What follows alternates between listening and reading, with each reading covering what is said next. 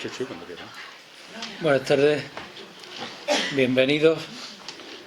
Como estamos en familia, voy a ahorrar palabras seguramente innecesarias, de manera que le voy a dar directamente la palabra al académico don Andrés Tortosa Muñoz para que presente a nuestro conferenciante, don Salvador Torres Ruiz, a quien quiero expresarle el afecto, primero el personal y luego el afecto de la institución, de la academia, que le tiene un gran respeto, el que se merece. Tiene la palabra el académico de número don Andrés Tortosa. ¿Esto está funcionando? Muchas gracias. ¿Sí oye esto? Sí. Muchas gracias, señor presidente, excelentísimo señor, excelentísimo ilustrísimo señoras y señores, autoridades, amigos todos. La ley 11/2023 de 8 de mayo, que entró en vigor el 9 de noviembre de 2023, recoge la digitalización de las actuaciones notariales.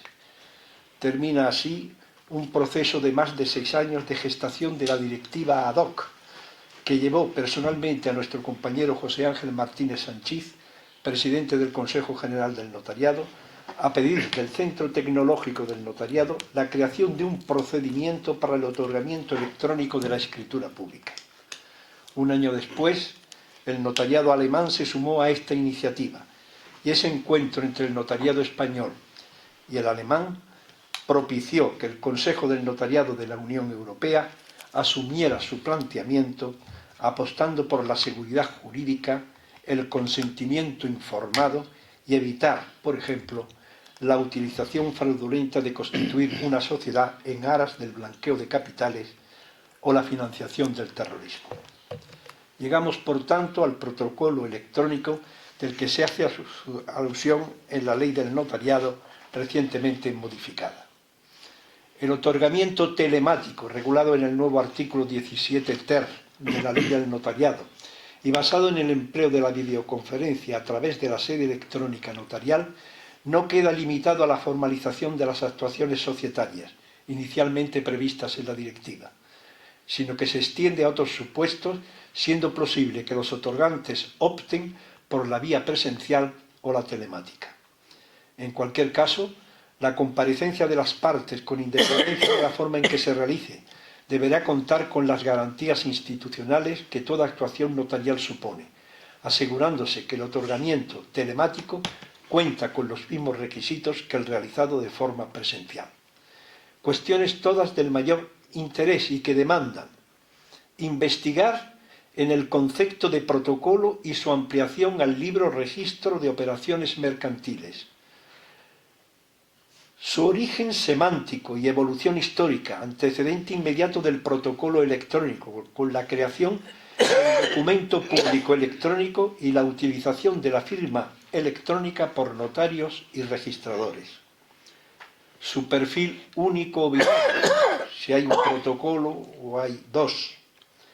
La propiedad del mismo, entidad u órgano responsable de su custodia. Tareas de reconstrucción, etc. Todo ello motiva a acudir a la opinión y consejo de consagrados expertos en la aplicación del derecho a través de su proyección tecnológica. Así lo ha entendido esta Real Academia, que ha estimado designar al respecto al jurista don Salvador Torres Ruiz, notario de Granada, del que les ofrezco esta breve semblanza. Nace en Madrid, se licencia en Derecho por la Universidad Complutense de Madrid. Ingresa en el notariado en el año 1993 con el número 1 de la oposición. Ejerce como notario en las ciudades de Jimena y de Marmolejo en Jaén.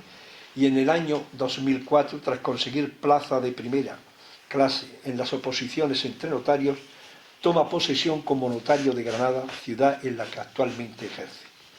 Ha formado parte en los tribunales de oposiciones entre notarios como secretario en Madrid en el año 2014 y de libre acceso al notariado en Granada, año 2008 como secretario y 2019 como presidente. Siendo decano del Ilustre Colegio Notarial de Andalucía, fue designado vicepresidente del Consejo General del Notariado. especial estudioso de la nueva Ley de Jurisdicción Voluntaria y de la Ley 11/2023 sobre digitalización de la actuación notarial, ha expuesto sus conocimientos y experiencia en diversos libros y revistas especializadas y en colegios profesionales, universidades y reales academias de jurisprudencia y legislación, lo que ha motivado ser participante y moderador en seminarios, cursos y jornadas en numerosas ciudades de nuestro país. Entre sus trabajos y publicaciones quiero destacar aspectos notariales y registrales de la disciplina urbanística. ¿Existe un derecho de los discapacitados a formar parejas de hecho? Competencia de los notarios españoles en los casos de divorcio en el Fórum Hispano-Búlgaro celebrado en Belgrado, Bulgaria, en octubre de 2017. Las competencias de los notarios españoles en jurisdicción voluntaria, derecho de obligaciones, derechos reales, derecho mercantil y derecho marítimo. Seminario conjunto de la Unión Internacional del Notariado, de Magistrados y Unión Internacional del Notariado, celebrado en Valencia en el año 2019.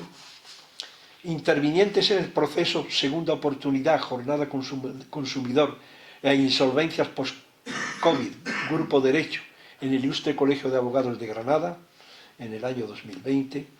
Intervinientes y legislación en los préstamos, módulo de finanzas del Executive Master of Business Administration del Colegio de Economistas de Granada y Conferencia Granadina de Empresarios, en enero de 2024, ha sido este año, ¿no? Sí, sí. En fin, ya no canso más. Casado con la letrada doña María del Carmen Morales Fernández de la Reguera, tiene 2 hijos, Salvador, biólogo, y Eduardo, también notario. El Ministerio de Justicia, en el año 2016, le concedió la Cruz Distinguida de Primera Clase de la Orden de San Raimundo de Peñafort.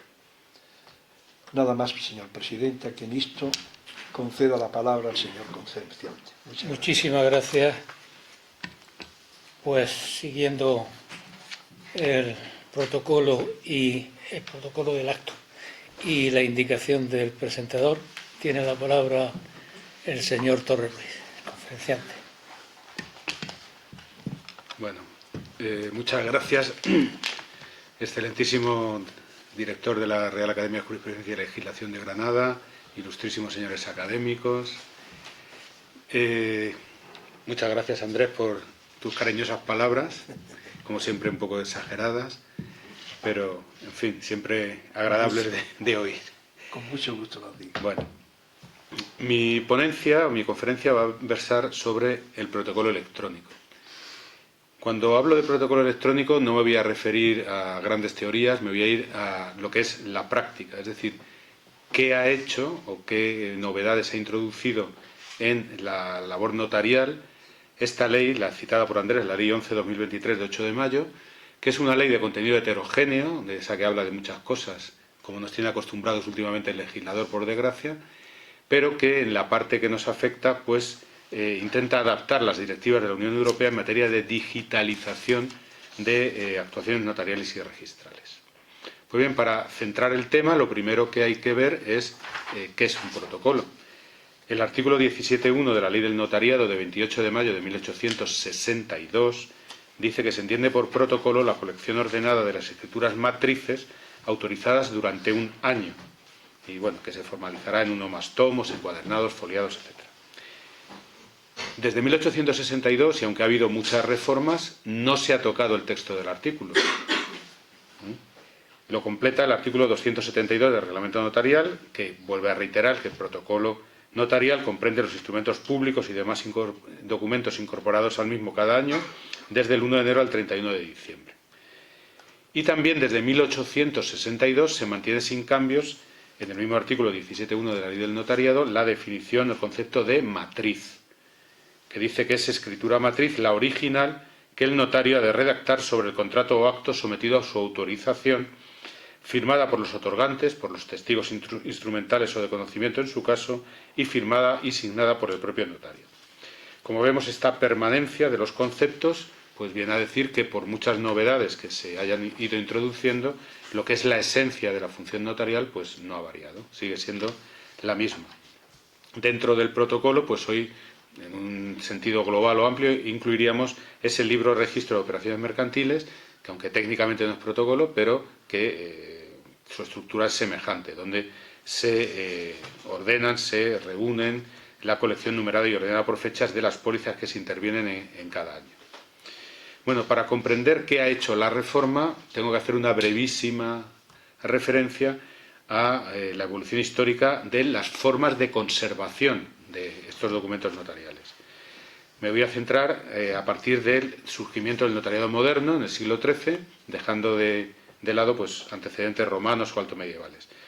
Simplemente señalar que en esa época, cuando surge el notariado moderno, pues la costumbre, según nos explica José Bono en su libro sobre historia del derecho notarial, era elaborar una breve nota, lo que llamaban la imbreviatura, sobre la que luego se redactaba el documento definitivo, la carta que era la que se entregaba a los otorgantes, ¿no? Pues bien, el Fuero Real de Alfonso X el Sabio convirtió la costumbre de conservar estas notas ya en una obligación legal.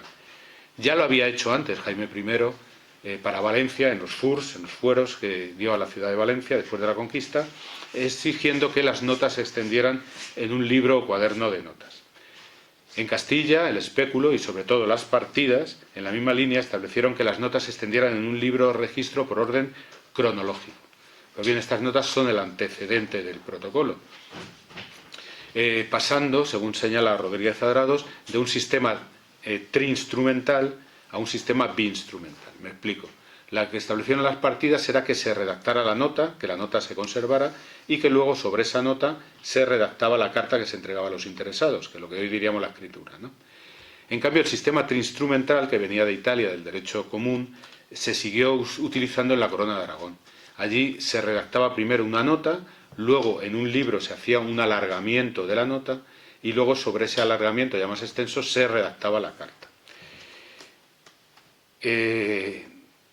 Precisamente, bueno, este sistema pues hizo que en el siglo XIV ya Pedro IV de Aragón promulgase varias normas, primero un acuerdo en las Cortes de Zaragoza de 1348 para Aragón, en las Cortes de Perpiñán de 1351 para Cataluña, en las Cortes de Monzón de 1363 para Valencia, ordenando que ese alargamiento sobre las notas que se habían tomado primeramente se hiciera en unos plazos breves y de forma íntegra, sin abreviaturas, para evitar los problemas que había luego de interpretación. Y bueno, unos plazos de 6 meses, de 2 meses, de 3 meses, dependiendo del reino. Pero luego por fin ya llega lo que es la ordenación moderna del protocolo, y esa la debemos a Isabel la Católica, que en la pragmática de Alcalá de Henares de 7 de junio de 1503 reunió todas las ordenanzas de los escribanos del reino y ya ordenó formar ese protocolo no ya con las notas, sino con el registro firmado por las partes, por los testigos autorizados por el notario, es decir, con el documento íntegro. Y ese documento, a partir de ese momento, ya se conserva en la notaría y sobre él se obtienen las copias, lo que se llamaba en aquella época escritura signada, que eran las que se entregaban a las partes, y se consolida así el sistema biinstrumental, pero que pasa de un sistema de doble redacción, una nota breve y una carta extensa, a un sistema ya de una única redacción, de la carta extensa de la que luego se obtienen copias, que es el sistema que existe en la actualidad.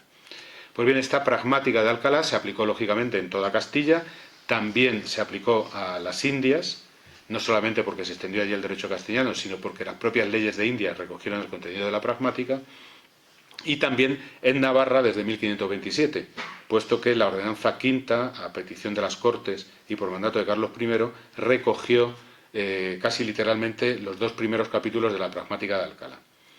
Su contenido pasó luego a la nueva, la novísima recopilación, y en cuanto a la Corona de Aragón, pues algún autor, en concreto Jiménez Arnau, entiende que se aplicó la pragmática desde 1528, en un fuero que dio Carlos I en Zaragoza, pero Rodríguez Adrados cree que nunca hubo una aplicación oficial de la pragmática en la Corona de Aragón, aunque sí consuetudinaria. Y ya desde el siglo XVIII, lógicamente, con los decretos de nueva planta, sí se extendió el contenido de la pragmática tanto a Aragón como a Valencia, Cataluña y a Baleares. Por otra parte, la literalidad de la pragmática lo que decía en un principio era que los protocolos se redactasen en un libro ya foliado y encuadernado previamente, pero ese sistema era muy engorroso porque había que ir con el libro a todas partes. Y parece ser que, a raíz de una práctica de los notarios de Madrid, en las Cortes de Segovia de 1532, doña Juana y doña Carlos regularan el cosido de los pliegos, lo cual ya indicaba que los pliegos se redactaban no encuadernados y se encuadernaban luego al final de año. Pues bien, este sistema de protocolo, que es básicamente el mismo que existe hoy, estuvo vigente desde 1503 hasta 1862 y se recogió en la ley del notariado. De hecho, por ejemplo, González Palomino dice que sigue vigente a través de la ley del notariado. Y en este sistema, la incorporación del documento al protocolo no necesita de un acto expreso, sino que con la misma autorización del documento, de la escritura o del acta, ya se forma el protocolo, con independencia, lógicamente, de su encuadernación. Pues bien, hemos visto cuál ha sido la evolución histórica de la formación del protocolo, pero también hay que ver, también brevemente, la regulación del soporte, de cómo se hacían los documentos notariales. Pues bien, hasta el año 1921, obligatoriamente, matrices y copias debían ser manuscritas, escritas a mano. El reglamento notarial de 1921 admitió ya que en las copias se utilizara máquina de escribir, pero se mantuvo la forma manuscrita para las matrices, salvo algunas muy concretas, actas de protesto, poderes para pleitos, poderes electorales, préstamos de prenda agrícola, en fin, que podían estar preimpresas y solo se rellenaban los huecos. El reglamento notarial vigente, el de 1944, todavía decía que las matrices tenían que ser manuscritas y que solo las copias se podían realizar a máquina. Fue un decreto de 8 de agosto de 1958, modificando el artículo 152 del reglamento notarial, el que ya permitió usar la máquina de escribir para redactar matrices. Y ya desde el año 1967 se reformó el mismo artículo diciendo que las matrices se pudieran escribir a máquina, a mano o por cualquier otro medio de reproducción. Y precisamente esa última coletilla es la que permitió que cuando de la máquina de escribir se pasó a las impresoras, pues no hubiera que reformar ya el reglamento notarial. Y como todo el mundo sabe, a partir de los años 90 del siglo XX, pues se generalizó el uso de ordenadores, el uso de impresoras. Y entonces lo que sucedió es que se empezaron a crear archivos informáticos con los distintos programas de tratamiento de textos y esos archivos pues se iban guardando en los servidores de las notarías. Estos archivos de texto servían o siguen sirviendo como auxiliares para expedir copias, aunque la matriz se hace en papel. Y desde mi punto de vista, esos archivos, pues en principio eran archivos privados de cada notario, porque nunca iban firmados por el notario con ningún tipo de firma electrónica, ni se conservaban con ciertas garantías. No obstante, el año 2003, una orden del Ministerio de Justicia, la 484, de 19 de febrero, que regula los ficheros automatizados de datos de carácter personal del cuerpo de notarios, entendió que estos ficheros con los cuales se redactaban las matrices eran ficheros de las administraciones públicas, a efecto de la Ley de Protección de Datos. Y basándose en esta orden, el Consejo General del Notariado, en la circular 1/2004 de 27 de marzo, pues ya consideró que estos ficheros informáticos son de titularidad pública y que pertenecían al Estado, y que el notario solo tenía la custodia y gestión de los mismos. Yo creo que eso fue un paso que no estaba previsto en la orden. La orden era solo a efectos de la Ley de Protección de Datos, pero bueno, el Consejo dio ese paso y ordenó que estos ficheros informatizados se entregasen cada vez que había un cambio de notario, un sucesor en el protocolo, y se entregasen los ficheros siempre que contuvieran reproducciones totales o parciales de los documentos que componen el protocolo notarial, libros, registro de operaciones mercantiles, o sea, las pólizas y los documentos de su archivo, y prohibiendo que el notario que se iba, el notario saliente, copiara, extrajera, conservara, ni en su poder, ni de empleado, ni de terceros, ninguna copia de esos archivos. La misma circular, esta la 1/2004, pues explicaba por qué se hacía eso y decía que la finalidad de estos archivos no solamente era facilitar la expedición de copias electrónicas, sino conservar una reproducción o reflejo exacto de todos los instrumentos públicos autorizados, asegurándose que el contenido del fichero informático se correspondía exactamente con el contenido de la matriz del documento notarial y por eso decía que a ese fichero se debían incorporar cualquier rectificación que se hubiera hecho antes de la firma, las diligencias, los documentos unidos, debidamente escaneados, y luego, una vez hecho esto, pues debían disponer de un sistema técnicamente seguro para evitar su posterior alteración. Como vemos, ya el año 2004, estos ficheros, que no eran protocolo, que no eran matrices, tenían una regulación muy parecida a la que ahora se ha hecho de la matriz electrónica, ¿vale? Este es, por tanto, el primer antecedente de lo que hoy es el protocolo electrónico. Los ficheros que se llevaban en cada notaría y que se iban transmitiendo de notario a notario. El segundo antecedente es, al que ha hecho referencia Andrés, el documento público electrónico. El documento público electrónico fue creado por la Ley 24/2001, de 27 de diciembre, de medidas fiscales, administrativas y del orden social. Y va unido a la utilización por el notario de una firma electrónica, lógicamente como mecanismo de vincular el fichero con el autor del fichero. Básicamente fue el Consejo General del Notariado el que dotó en un primer momento de firma electrónica a todos los notarios de España. Se constituyó en prestador de servicios de certificación, como se llamaba en aquella época, y proporcionó lo que entonces se llamaba firma electrónica avanzada notarial. Y el año 2002, es decir, nada más publicada la ley, pues creó lo que se llama el Instituto Notarial para las Tecnologías de la Información, lo que se llamaba INTI, que a partir del año 2004 pues cambió su nombre y actualmente es la Agencia Notarial de Certificación, que se constituyó ya sí en autoridad de registro y que es la encargada de emitir la firma electrónica reconocida notarial, que es como se llama ahora, de administrar también la sede electrónica notarial y de controlar el canal seguro de comunicaciones entre notarios a través de la red privada notarial, REN, que se llama normalmente. Pues bien, el documento público electrónico, con carácter general, venía recogido, bueno, en la ley que había en aquella época, que actualmente es la Ley 6/2020, que regula determinados aspectos de servicios electrónicos de confianza, que en su artículo 3.1 pues dice que los documentos electrónicos públicos, administrativos y privados tienen el valor y la eficacia jurídica que corresponde a su respectiva naturaleza de conformidad con la legislación que les sea aplicable. El artículo establece lo que se llama el principio de neutralidad tecnológica. Es decir, que un documento no cambia su naturaleza por el soporte en que esté plasmado, sea papel, sea un soporte informático. Pues bien, el documento público electrónico notarial fue regulado ya el año 2001 y fue regulado en el artículo 17 bis, que en sus dos primeros números no se ha retocado. O sea, hace 23 años que está ese artículo ahí. Y este artículo lo que viene a decir es que los instrumentos públicos notariales no pierden su carácter por el hecho de que estén en un archivo informático, en un soporte electrónico, con la firma electrónica avanzada del notario, en su caso de los otorgantes y de los intervinientes. Pero añade, y esto es muy importante, que estos documentos públicos electrónicos tienen que estar sujetos a las mismas garantías y requisitos que el resto de documentos públicos notariales.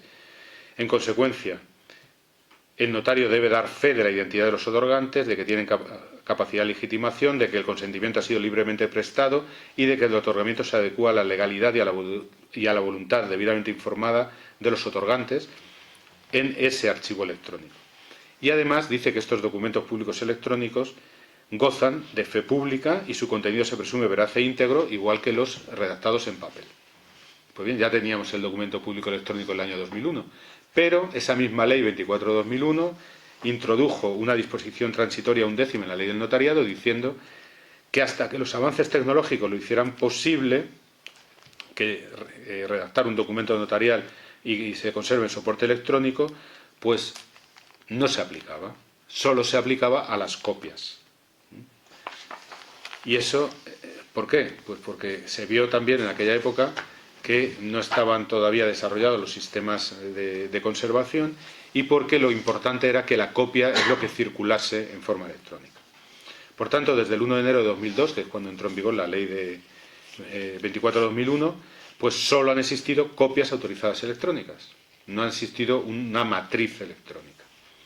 Sin embargo, ya era necesario crear la matriz electrónica, entre otras cosas porque la directiva del Parlamento Europeo y del Consejo, la 2019-1151 de 20 de junio, pues ya obligaba a constituir en línea sociedades de capital, aunque en el caso de España se restringió a las sociedades de responsabilidad limitada.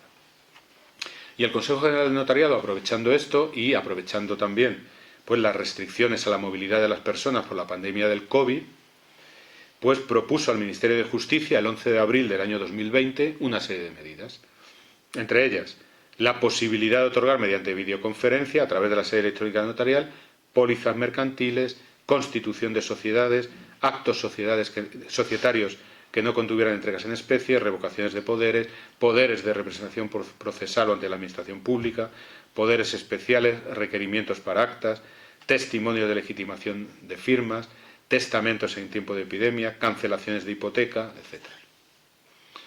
¿Qué pasó en ese momento? Pues nada, el Gobierno recogió el papelito, pero no se reguló, no se desarrolló esta posibilidad. Pero ahora la Ley 11/2023, que entró en vigor el 9 de noviembre de 2023, pues ya ha recogido, y como ahora veremos, ha recogido prácticamente lo mismo que se le pidió. La posibilidad de otorgar una matriz inicialmente electrónica, que es la que se desarrolla por el sistema este de videoconferencia. Y se regula en lo que hoy es el artículo 17 ter de la Ley del Notariado. Y lo que se ha regulado en España es una matriz completamente electrónica, es decir, una matriz que se tiene que firmar con firmas electrónicas. No se ha seguido el sistema francés, por ejemplo. En Francia es posible en la notaría firmar, como se hace ahora en muchos bancos, en una tablet, con una firma manuscrita, pero sobre una tablet. Eso aquí no se ha contemplado.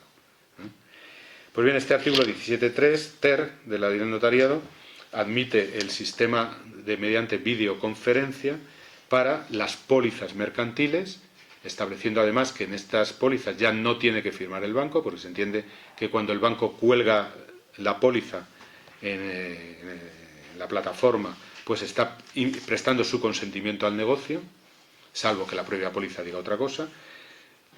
Lo que establecía la directiva europea, que era la constitución de sociedades, a eso se ha añadido el nombramiento, los poderes mercantiles de toda clase, el otorgamiento de cualquier otro acto societario, siempre que contenga como mucho aportaciones dinerarias, nunca aportaciones en especie.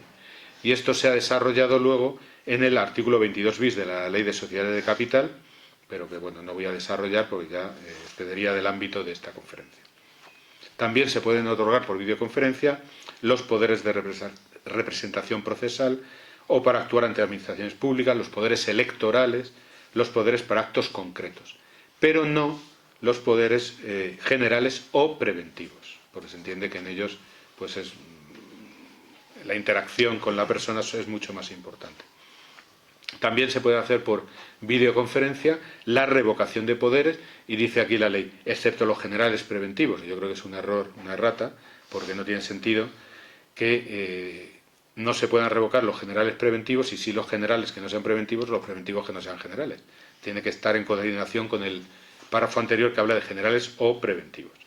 También por videoconferencia las cartas de pago y cancelaciones de garantías, las actas de Junta General y de referencia, es decir, aquellas que solo contienen manifestaciones, los testimonios de legitimación de firmas, que según el Consejo pues se pueden hacer bien por reconocimiento o bien por firma electrónica, los testamentos en situación de epidemia, pero bueno, eso será cuando haya otra epidemia, lógicamente, las declaraciones de obra nueva sin extinción de condominio, ni adjudicaciones de propiedad, y la división de propiedad horizontal, la conciliación, salvo que el notario entienda que es conveniente la presencia física para el expediente, y bueno, cualquier otro acto de negocio que se vaya estableciendo reglamentariamente.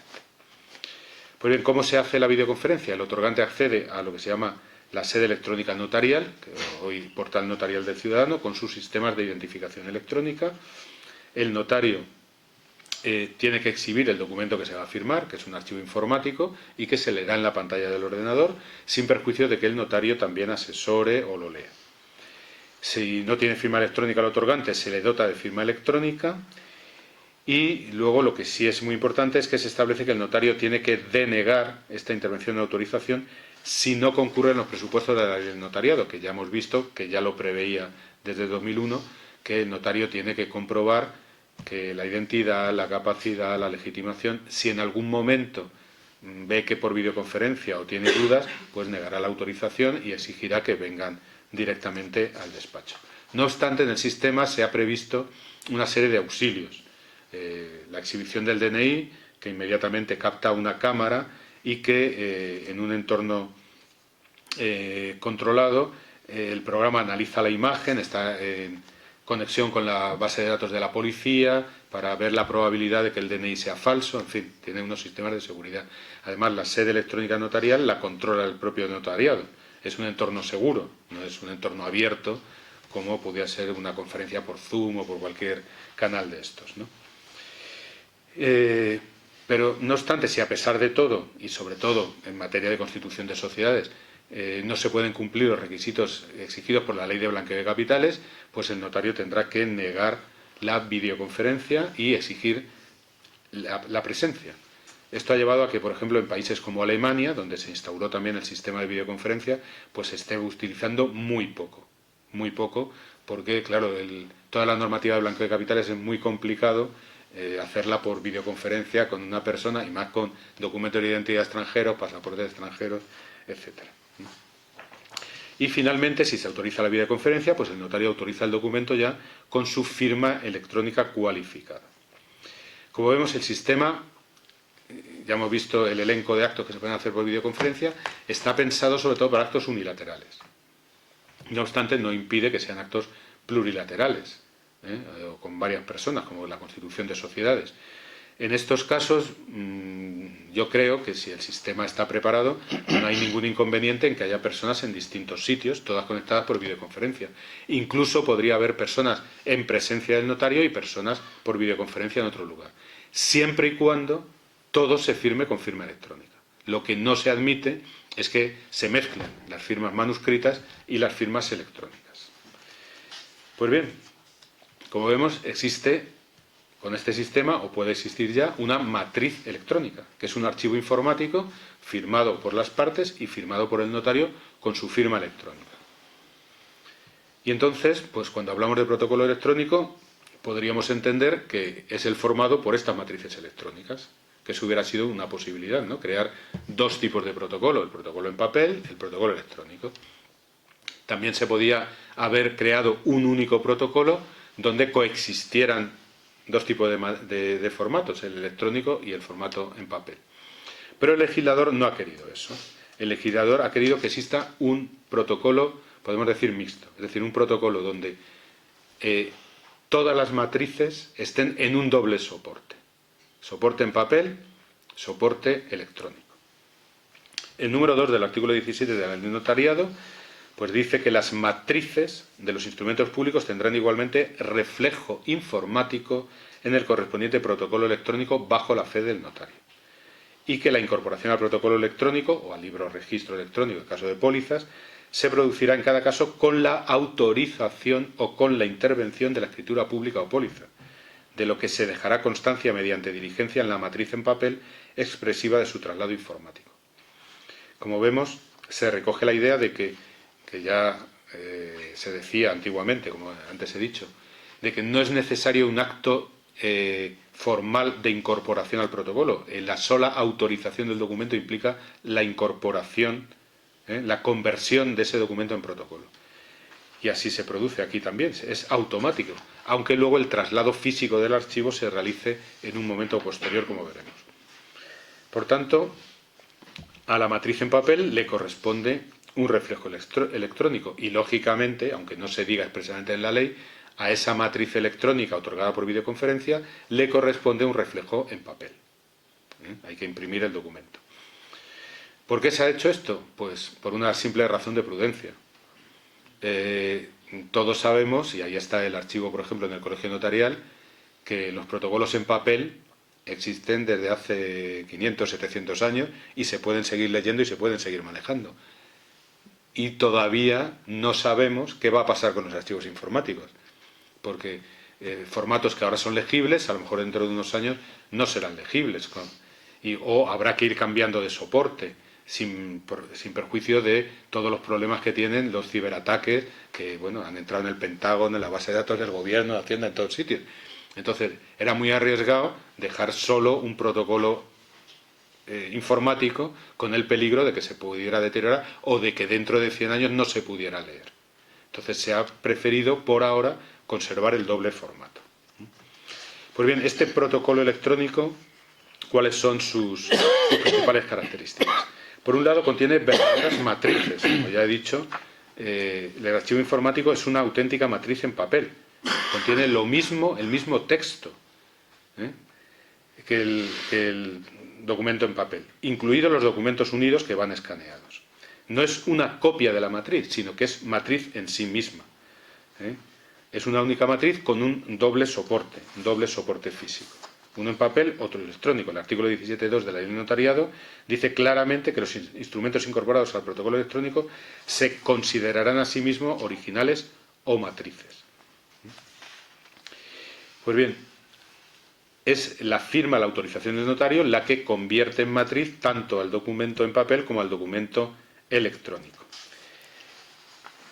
Esto no supone abandonar la tradición esta que hemos dicho que viene desde las partidas del sistema bidocumental, o sea, de un original que luego circula mediante copias, para pasar a un sistema triinstrumental de original, registro, copia.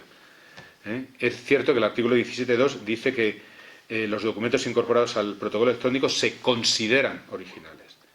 Y esto ha llevado a que en una reciente resolución de la Dirección General de Seguridad Jurídica y Fe Pública de 28 de febrero de 2024, a propósito de una impugnación arancelaria, pues se haya hablado, a mi juicio equivocado redactor de esta resolución, de una ficción legal. No hay ninguna ficción legal. Si uno repasa, por ejemplo, el Código Civil, el verbo considerar se utiliza siempre como sinónimo de ser. Por ejemplo, el artículo 103 del Código Civil dice que el trabajo dedicado a la atención de los hijos comunes se considera contribución a la carga del matrimonio, por tanto, es contribución. El artículo 12.4, el 6.4, habla de actos que se consideran ejecutados en fraude de ley. Son fraude de ley, no es una ficción legal. El artículo 183 habla también de cuando una persona se considera en situación de ausencia legal, o el 333 sobre las cosas que se consideran muebles o inmuebles. No son ficciones legales, son lo que son. Cuando dice el 677 que se consideran testamentos especiales el militar y el marítimo, son testamentos, no es una ficción legal. En fin, que identificar el verbo considerar con una ficción legal, pues no está, desde mi punto de vista, justificado. Evidentemente, es algo a lo mejor conceptualmente difícil de entender que ese reflejo electrónico no sea una copia, sino que sea la propia matriz. En realidad, como ha puesto el rey Martínez Sanchís, que es el actual presidente del Consejo General del Notariado, a lo que las partes prestan su consentimiento no es al papel, es a la grafía, es a las letras, es al lenguaje, es a lo que ahí se está leyendo, que es el contenido del documento. De hecho, los contratos ya saben que pueden ser verbales. Entonces, esas palabras luego se plasman en un documento o se plasman en un archivo informático, pero a lo que se presta el consentimiento es a las palabras, no al soporte. Eso por un lado. Y por otro lado, no es ajeno al notariado el hecho de que haya varios originales. Sin remontarnos a la Edad Media, donde estaban las cartas partidas, en fin, no voy a entrar aquí, que era una carta que se partía por la mitad y tal. Hasta hace poco las pólizas circulaban en triple original. O sea que no es nada raro que existan varios originales de un mismo documento. Por tanto, es una matriz. Segunda cosa, su contenido obviamente es el mismo que el de la matriz en papel. No puede haber divergencias. Por eso el notario, cuando sube el fichero, tiene que hacer el cotejo, comprobar que ese fichero tiene lo mismo y firmar lo que se llama una diligencia de cotejo, haciendo comprobar esa identidad y comprobando que el texto que aparece en la pantalla del ordenador y el que se ha plasmado en el papel son el mismo. Podemos decir que esa incorporación, que se hace subiendo el fichero informático, pues supone, podemos decir, la encuadernación del archivo informático. Los protocolos en papel se encuadernan al final de año. Los archivos informáticos, lógicamente, no forman libro y se encuadernan. Pero cuando ya se depositan, como ahora veremos en la sede electrónica, pues se puede decir que es equivalente al encuadernado, que se hace todos los días, ¿no?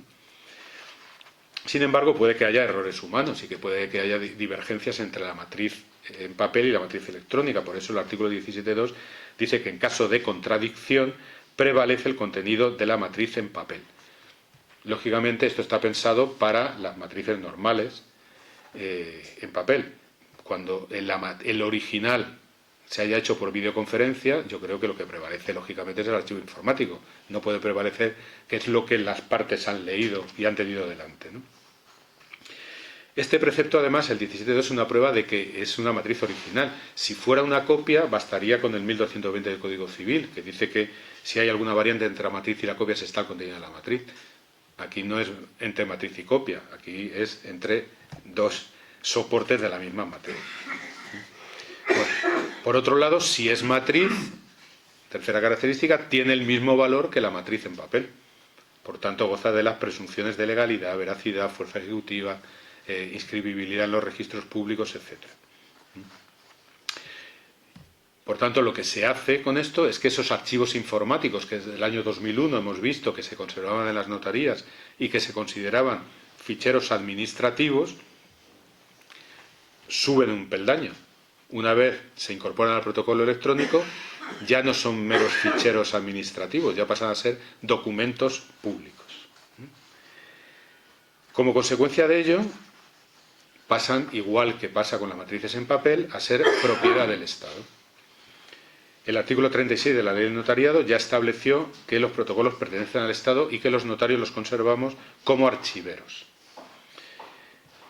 Y la mayoría de la doctrina entendió que los protocolos notariales pues son bienes demaniales, por tanto, inalienables, imprescriptibles, inembargables, según el artículo 6 de la Ley de Patrimonio de las Administraciones Públicas. Y hoy el artículo 36, después de la reforma, pues dice que estos protocolos pertenecen al Estado, cualquiera que sea su naturaleza, ya sea en soporte de papel o electrónico. Por tanto, han pasado de ser meros archivos administrativos de titularidad pública a ser ya propiedad del Estado y bienes demaniales. Otra característica de este protocolo electrónico es que ya no se custodia, a diferencia del protocolo en papel, que ya saben que se custodia en las notarías durante 25 años, de ahí pasa al archivo del colegio, o del distrito más bien, y a los 100 años ya pasa o bien al archivo histórico provincial o a la sección histórica de los archivos de los colegios notariales. Estos protocolos electrónicos, estas matrices electrónicas, dice que se custodiarán por el notario, pero mediante su depósito electrónico en el Consejo General del Notariado. Por tanto, ya es una custodia mediata. No la tenemos nosotros físicamente en los despachos, sino que está en un repositorio centralizado, en el cual, pues, obviamente se dice que tienen que tener medidas técnicas que garanticen la integridad, indemnidad, la no manipulación, etc. Lo que se quiere decir es que el notario es el único que tiene acceso a su protocolo, pero el protocolo no lo tiene físicamente en su poder. Es el mismo sistema centralizado que se ha seguido en otros países. En Francia, por ejemplo, estos protocolos electrónicos los custodia el Consejo Superior del Notariado, lo mismo que en Austria, y en Alemania el Consejo Federal del Notariado. Todos los países se ha optado por un repositorio centralizado. El artículo 37.3, no obstante, dice que los ficheros del soporte electrónico serán remitidos transcurridos 25 años desde la autorización a los archivos generales de protocolo del colegio. En fin, no voy a entrar en esto porque sería alargar mucho, pero yo creo que no es eso exactamente. Lo que hará será cambiar el notario custodio. No creo que, aunque la ley realmente dice que corresponde al Consejo garantizar la indemnidad del soporte, su traslación y tal, no, es impensable que esos archivos a los 25 años se transmitan a 17 colegios, con 17 repositorios, 17 medidas de seguridad, etcétera, etcétera. No tiene ningún sentido. Seguirán estando, desde mi punto de vista, centralizados. Cambiará la persona que tenga acceso, que pasará de ser notario titular a notario archivero y ya está. Porque estos repositorios centralizados permiten que estos archivos pues cuenten con medidas de seguridad, con unas claves de encriptación. El artículo 17 pues también lo establece. Se consigue la integridad con la firma electrónica del notario, que va unida a un valor de tiempo, y a la encriptación, creando el código alfanumérico, el valor hash, con un algoritmo, ¿no? Además, existen 2 copias síncronas del protocolo electrónico en 2 centros de datos, respaldados por copias de seguridad diarias en estos 2 mismos centros de respaldo. La encriptación garantiza también la confidencialidad y se establece por un mecanismo de extremo a extremo que solo permite acceder a estos archivos al notario titular, lo que refuerza el carácter secreto. Y por esta misma razón se utiliza un sistema de cifrado simétrico. Y la disponibilidad, pues, se establece que a medida que avancen los soportes informáticos, pues, con toda la medida de seguridad tendrán que irse trasladando a los nuevos soportes, y además se utiliza un sistema de formatos de firmas longevas que permite consultarlo aunque la firma del autorizante haya caducado. Pues bien, este es el diseño que ha establecido la ley. ¿Cuáles son las posibilidades o qué ventajas tiene el sistema? Pues convertir lo que hasta ahora era un protocolo estático en un protocolo dinámico, que sirve para más cosas. ¿Para qué sirve en primer lugar? Para modernizar todo el sistema de las copias electrónicas. Las copias electrónicas que estableció la Ley 24/2001 tenían 3 limitaciones. Por un lado, solo se podían remitir a otro notario, a un registro público o a las administraciones públicas u órganos jurisdiccionales por razón de su oficio. Segunda limitación, había que expresar la finalidad concreta para la cual se expendía. Tercera limitación, que esa se introdujo por el reglamento notarial el año 2007, decía que tenían un plazo de validez de 60 días. No obstante, esto se anuló por el Tribunal Supremo, con lo cual esa limitación desapareció pronto. Pues bien, la Ley 11/2023 lo que ha hecho ha sido suprimir el número 7 del artículo 17 bis, por tanto ya no hay que hacer constar la finalidad con la que se expide, y también ha dejado de limitar las personas a las que se puede expedir la copia. Lo que pasa es que las copias ya no se remiten electrónicamente con la firma a través de canales no seguros, sino a través de un canal seguro, lo cual lo que se hace es que la copia se deposita en la sede electrónica notarial, donde los ciudadanos, a través del portal notarial del ciudadano y previamente identificados, pueden pedir copia de sus documentos, se deposita allí y se genera lo que es el código seguro de verificación, que es lo que se entrega al ciudadano.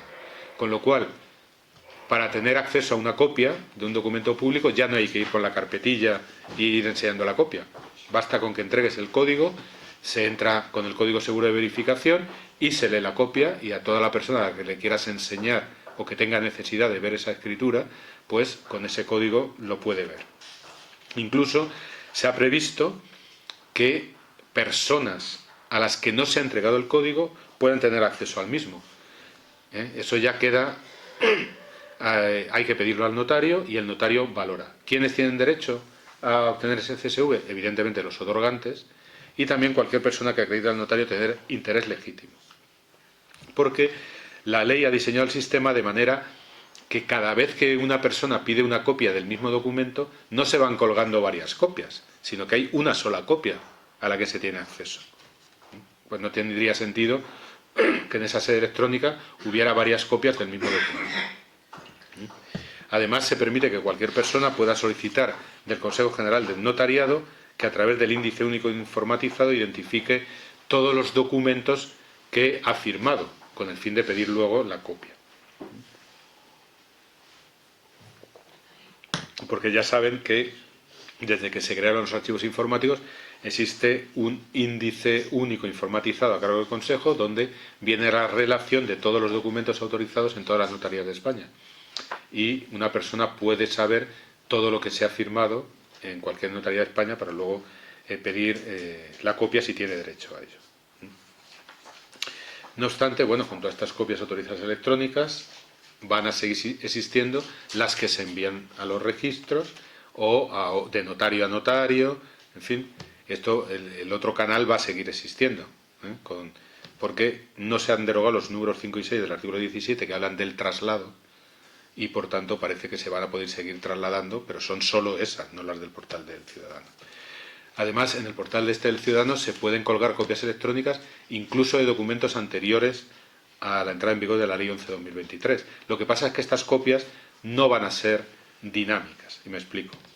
Porque otra de las posibilidades del protocolo electrónico es mantener la copia permanentemente actualizada. El artículo 17.2 de la Ley de Notariado dice que en el protocolo electrónico constarán el traslado de las notas y diligencias previstas en la legislación notarial de modificación jurídica y de coordinación. Bueno, en las notarías, siempre que se firma algo que tiene relación con otro documento público, pues de unos notarios a otros enviamos unos oficios para que se ponga nota. Por ejemplo, la revocación de un poder o una ratificación, más raramente una venta, pero bueno, también se podría hacer. Y ahora esas notas se van directamente a incorporar al protocolo electrónico y automáticamente van a aparecer en la copia que esté colgada. De manera que, una vez el notario las ha trasladado, lógicamente, de manera que cuando se consulte, la copia va a estar siempre actualizada. Si es una copia de un poder, pues se va a poder ver, ya, bueno, si está revocado posiblemente desaparezca, pero si es una escritura pendiente de ratificación, se va a saber que se ha ratificado, o si ha habido una subsanación, se va a saber que ha sido subsanada, etcétera, ¿vale?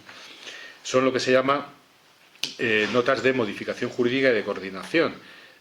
Aquí, en fin, Martínez Sanchís pues entiende que las notas de coordinación son las que regula el 174 del reglamento notarial, es decir, donde se pone se ponía antiguamente en las escrituras, al margen de la descripción de la finca, la nota está de vendido, del acto realizado, etcétera.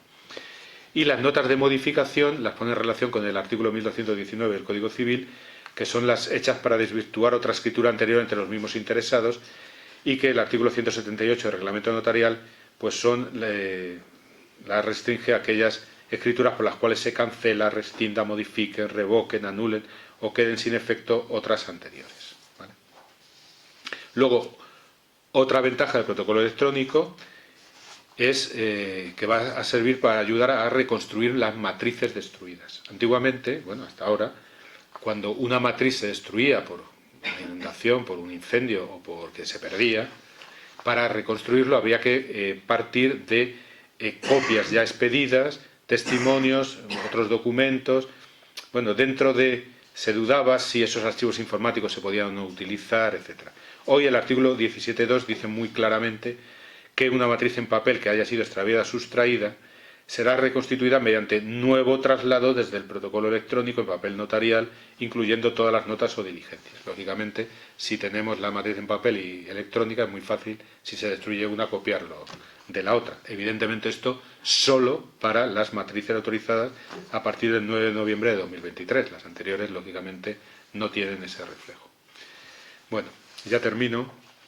Pues, como han visto, la reforma introducida por la Ley 11/2023 pues no contempla el protocolo electrónico como algo aislado, es decir, como un mero archivo informático almacenado, sino como algo dinámico, ¿no? Y dinámico, pero respetando al mismo tiempo lo que es la esencia de la función notarial, la autorización por el notario, la prestación del consentimiento libre e informado, y sobre todo manteniendo este sistema que ya instauró la pragmática de Alcalá de un original guardado y las copias que circulan. Es decir, que podemos decir que a pesar de todo, después de 500 y pico años, lo que reguló Isabel la Católica, pues sigue en vigor. Muchas gracias.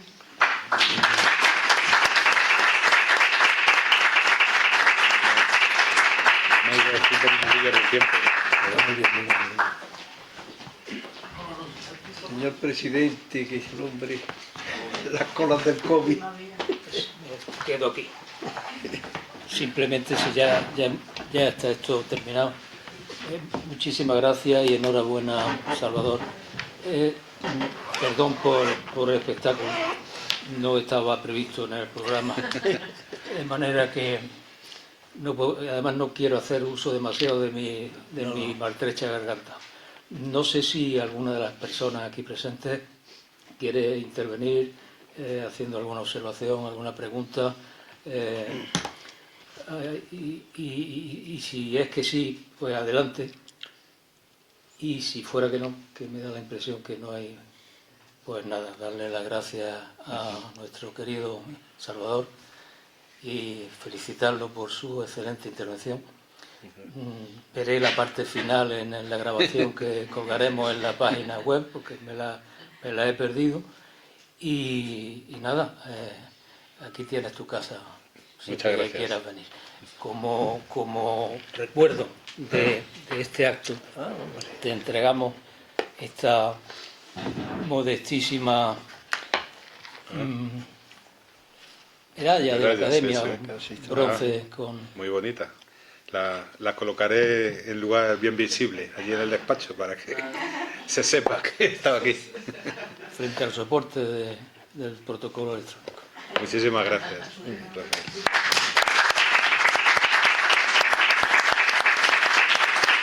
Pues nada, muchísimas gracias a todos por su asistencia. Se levanta la sesión. Ese es mío, ese es mío.